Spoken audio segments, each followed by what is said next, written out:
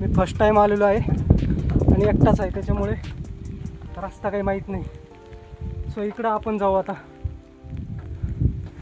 पूर्ण धुका आहे मित्रांनो आणि मी येथे एकटाच आहे. रस्ता पण माहिती नाही, कुठे जायचं काय जायचं. इकडे दिसते आपल्याला दगड ठेवलेले. बाबा वरती जायला रस्ता इकडनंच आहे ना, सरळ ना.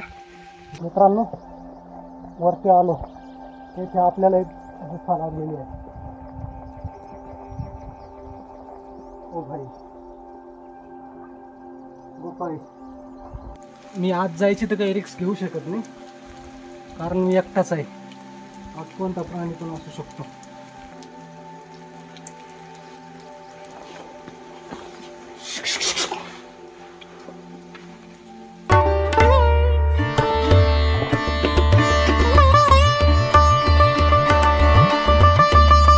नमस्कार मित्रांनो, मी आलेलो आहे मार्कंडे ऋषी यांच्या किल्ल्यावरती. माझ्या मागे तुम्ही बघू शकता, इथून आपल्याला वरती जायला रस्ता आहे.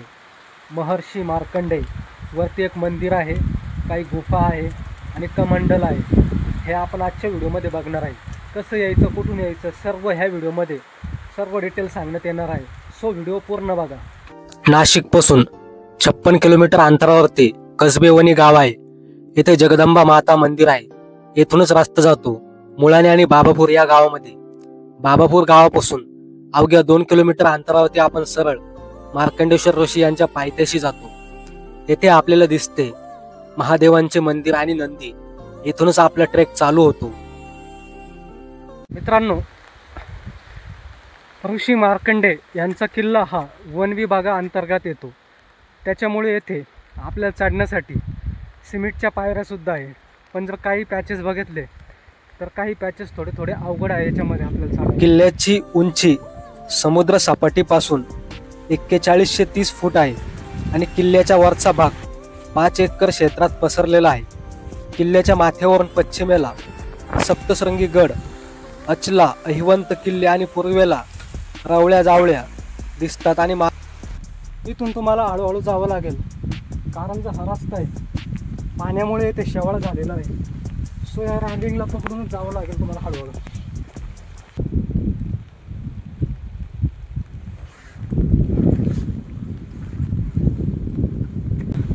मित्रांनो, वरती आपल्याला आता लोखंडी शिड्या लागलेल्या आहे. इथून अजून वरती जायचं आहे आपल्याला. हवा, पाऊस, धुकं सोबतच चालू आहे सगळं.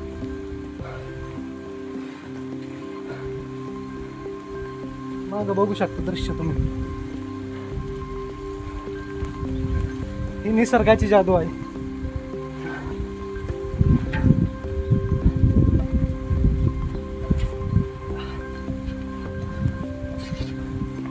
सो फायनली आपण शिडी चढून वरती आलेलो आहे.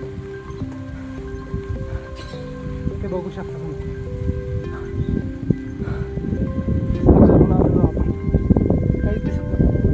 मित्रांनो, वरती आलेलो आपण आणि आपल्याला इथे एक पडलेलं मंदिर दिसत आहे आणि एक झाड आहे. तर इथून रस्ता मला वाटतं इकडे आहे. मी फर्स्ट टाइम आलेलो आहे आणि एकटाच आहे, त्याच्यामुळे रस्ता काही माहीत नाही. सो इकडं आपण जाऊ आता. पूर्ण धुका आहे मित्रांनो आणि मी येथे एकटाच आहे. रस्ता पण माहिती नाही, कुठे जायचं काय जायचं. इकडे दिसते आपल्याला दगड ठेवलेले. आय थिंक इथूनच रस्ता आहे. पाण्याचा फ्लो बघा तुम्ही, पाण्याचा फ्लो.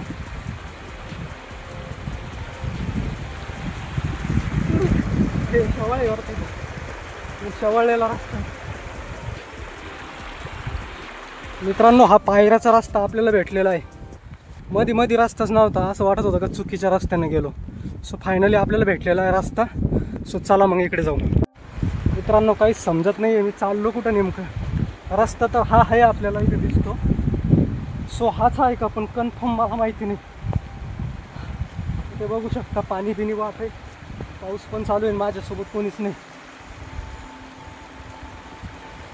इकडे खाली तुम्ही बघू शकता डायरेक्ट दरी.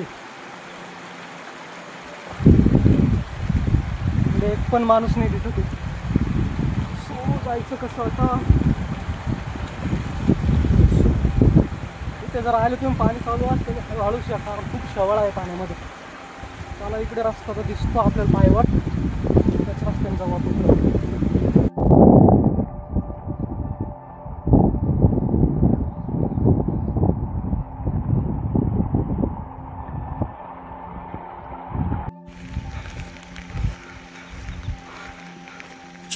मित्रांनो आत्ताशी काही गायी दिसलेले आहे, ते माणसाचा तर पत्ताच नाही. इथून एक बाबा येत आहे, त्यांना आपण विचारू. बाबा वरती जायला रस्ता इकडनंच आहे ना, सरळ ना? कोणीच नस नेलं नाही. चला येऊ.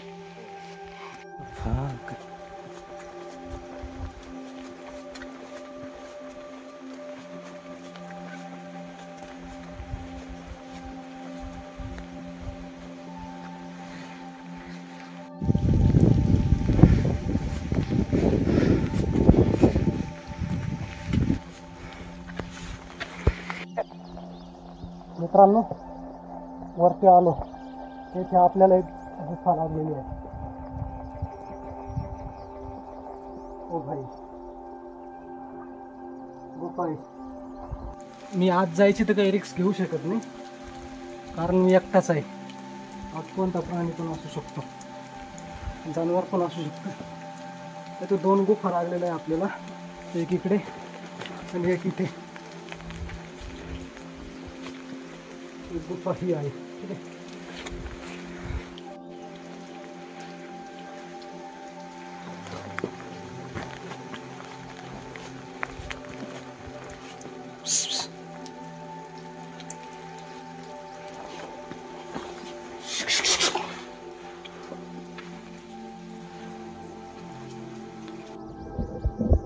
थोडं तुम्हाला आतमध्ये दाखवून देतो.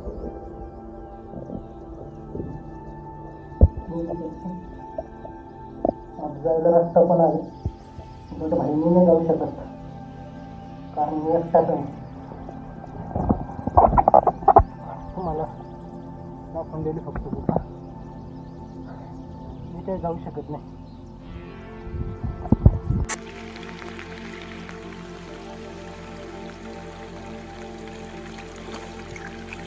तिकडे मागे गुफा होती, आता वरती चढून आलेलो आहे आपण. वरती जायचं आहे. मित्रांनो येथून येताना तुम्ही सावधच या, कारण फक्त इथे सिंगल रस्ता आहे. खाली डायरेक्ट दरी आहे आणि इकडे डायरेक्ट डोंगर आहे वरती.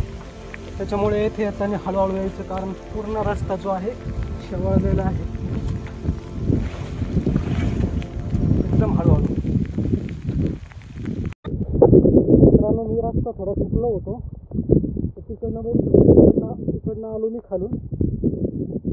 इकडनं यायचं तर इकडनं मागणं आलो वरतून. मित्रांनो थोडं वर चढून आलो तेव्हा आपल्याला बाप्पाची मूर्ती लागलेली आहे. बाप्पाचं दर्शन घेऊन टाकू. गणपती बाप्पाचं आज विसर्जन आहे.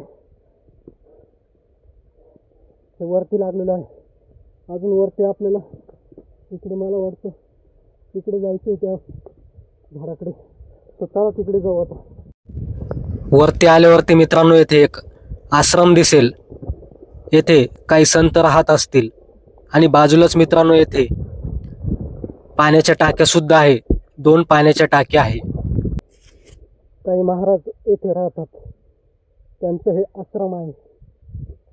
मला एक महाराज खाली भेटलेले होते, ते खाली चालले होते, तर इथे त्यांचं निवासस्थान आहे. मंदिर अजून वरती आहे. मित्रांनो मला हे दिसलेले पहिलं पाण्याचं टाकं आहे, आणि जेव्हा आपण आश्रमाजवळून आलो होतो तेव्हा अजून एक तिथे एक पाण्याचं टाकं होतं. अजून पण पाण्याचे टाके असू शकतात.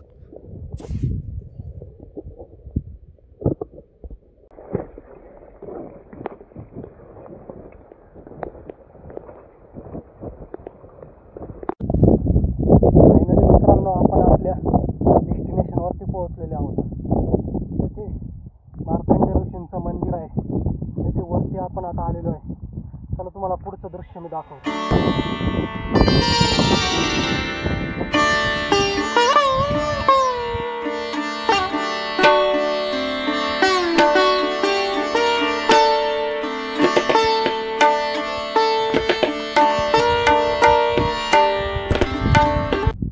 मित्रांनो, माझ्या मागे जे मंदिर बघता तुम्ही ते आहे मार्कंडेश्वर ऋषी यांचं मंदिर. येथे आपण आलेलो आहे आणि मागचं दृश्य बघा तुम्ही. हवा खूप अशी जोरात हवा चालू आहे.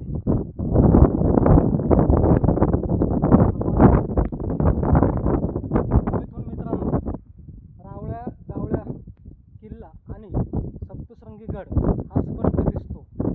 पण मित्रांनो दुष्काळ असल्यामुळे आपल्याला काहीच दिसत नाही. इथून रावळ्या जावळ्या आणि सप्तशृंगी गड हा आपल्याला पूर्ण दिसतो. हे मंदिर आहे मित्रांनो. तुम्हाला बाहेरचा व्ह्यू दाखवून देतो, नंतर आतला व्ह्यू दाखवून देतो तुम्हाला. मंदिराच्या मागच्या बाजूने नंदी आहे. हे मंदिराची आय थिंक मेन बाजू आहे, पण तिकडनं रस्ता चालू आहे.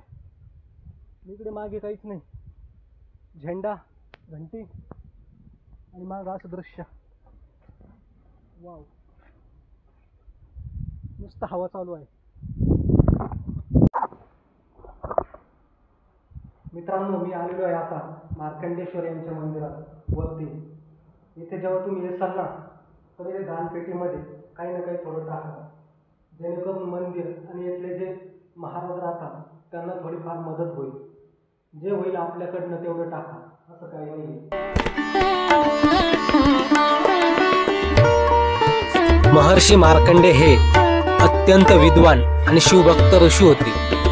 ते चिरंजीव अमर म्हणून ओळखले जातात, कारण भगवान शंकरांनी त्यांना दीर्घ आयुष्याचा वर दिला होता. मार्कंडेय पुराण हे 18 प्रमुख पुराणापैकी एक त्यांच्याशी जोडलेले आहे. मित्रांनो, माझं दर्शन येथे झालेलं आहे.